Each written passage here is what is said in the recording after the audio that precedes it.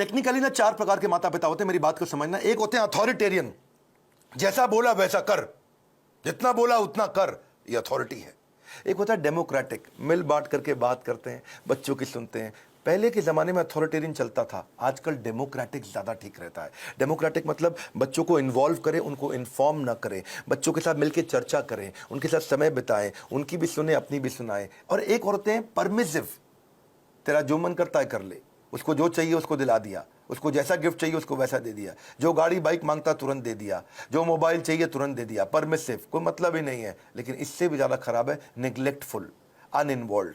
वो क्या है, बच्चा क्या कर रहा है, किससे दोस्ती कर रहा है, किसके साथ उठता बैठता है, कोई जानकारी नहीं है, कंप्लीटली नेग्लेक्ट कर रहे हैं।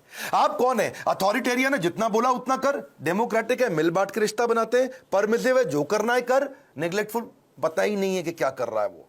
तो 4 में से सबसे अच्छा है डेमोक्रेटिक पेरेंट होना, बिकॉज आप नहीं तो बच्चा बर्बाद हो जाता है, वो झूठ बोलना शुरू कर देता है। और अगर वो ज्यादा झूठ बोल रहा है, इसका मतलब आपने बहुत रिएक्ट किया था उसकी पुरानी गलतियों के ऊपर, और फिर वो सीक्रेटिव हो जाता है और अपनी बातें नहीं बताता। मैदान में हारा हुआ इंसान तो जीत सकता है, लेकिन मन से हारा हुआ इंसान कभी नहीं जीत सकता। तो मन से ना हारे बच्चा। अब सुनिए पेरेंटिंग के असली टिप्स।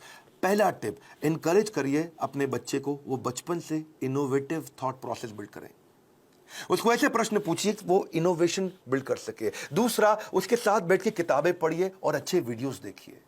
ये नहीं उसको बता दिया, उसके साथ बैठिए, खुद भी पढ़िए, चर्चा करिए उसके साथ में। तीसरा, कुछ क्वेश्चनिंग का आपस में फॉर्मेट बिल्ड करिए, म्यूचुअल क्वेश्चनिंग। कुछ वो आपसे पूछे, कुछ आप उससे पूछो, और खास तौर से आप उससे पूछो, वो आंसर करे, ज्यादा बोलेगा, रिलेशनशिप बनेगा। प्ले विद योर चाइल्ड, उसके साथ खेलिए, फ्रेंडशिप इज द की। उसकी दोस्ती हो गई तो आपसे कभी मन नहीं चुराएगा। अगला मेरा पॉइंट है बजटिंग। बच्चे को बजटिंग सिखाओ, उससे उसके इमोशनल रिक्वायरमेंट कम होगी, इंटेलेक्चुअल कैपेबिलिटी बढ़ेगी। बजटिंग का मतलब क्या हुआ? आप उसको बता सकते हो कि भाई तुम्हें 500 रुपया हफ्ता दूंगा, उदाहरण है, आप अपनी कैपेसिटी के हिसाब से डिसाइड कर लो। 500 रुपया हफ्ता मतलब 2000 रुपया महीना मिलेगा तुमको। अब तुम्हें कोई गेम खरीदनी है, कोई खिलौना खरीदना है, बहुत इच्छा कर रही है, लेकिन तुम्हारे बजट में नहीं आता, तो तुम 1 महीना रुको। अगले महीने जब तुम्हारे पास 2000 की जगह 4000 हो जाएंगे, तब खरीद लेना।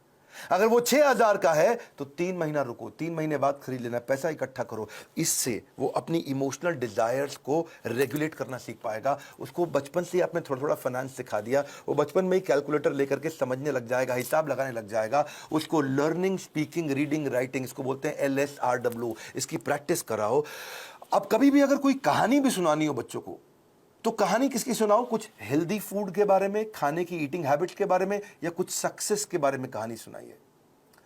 क्वेश्चन आंसर की टेक्निक बहुत काम आती है। उसको सिनेरियोज देकर के क्वेश्चंस करो कि अगर ऐसा हो तो क्या करना चाहिए, ऐसी परिस्थिति में क्या करना चाहिए, तो वो सोचेगा।